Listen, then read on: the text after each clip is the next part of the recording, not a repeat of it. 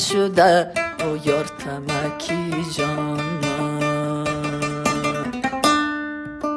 دل مو تنگ شده علی بلدیر زلالیم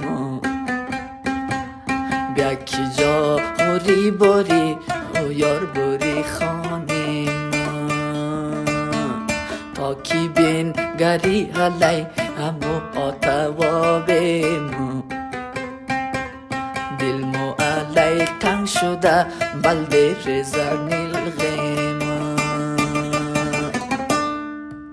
بیا کی جا بوری بوری او یار بوری خانیم و بچه نور بند شده او یار سمگی ماشیم. عزیزا سلام وقت تک تک شما بخیر. امیدوارم هر کجای دنیا هستید خوب باشید، خوش باشید، عالی باشید و سرشار از انرژی باشید. عزیزا امروز که سیما جان چه برنامه داره، چه تصمیم گرفته، میگه خودی سیما جان میگه. سلام دوستای عزیز، امیدوارم که هر جای دنیا که هستین خوب و خوش و سرحال باشین. دیگه امروز ما و مادر جان تصمیم گرفتیم که کلچه وطنی یا مباسا را آماده کنیم برای فردا. برای فردا.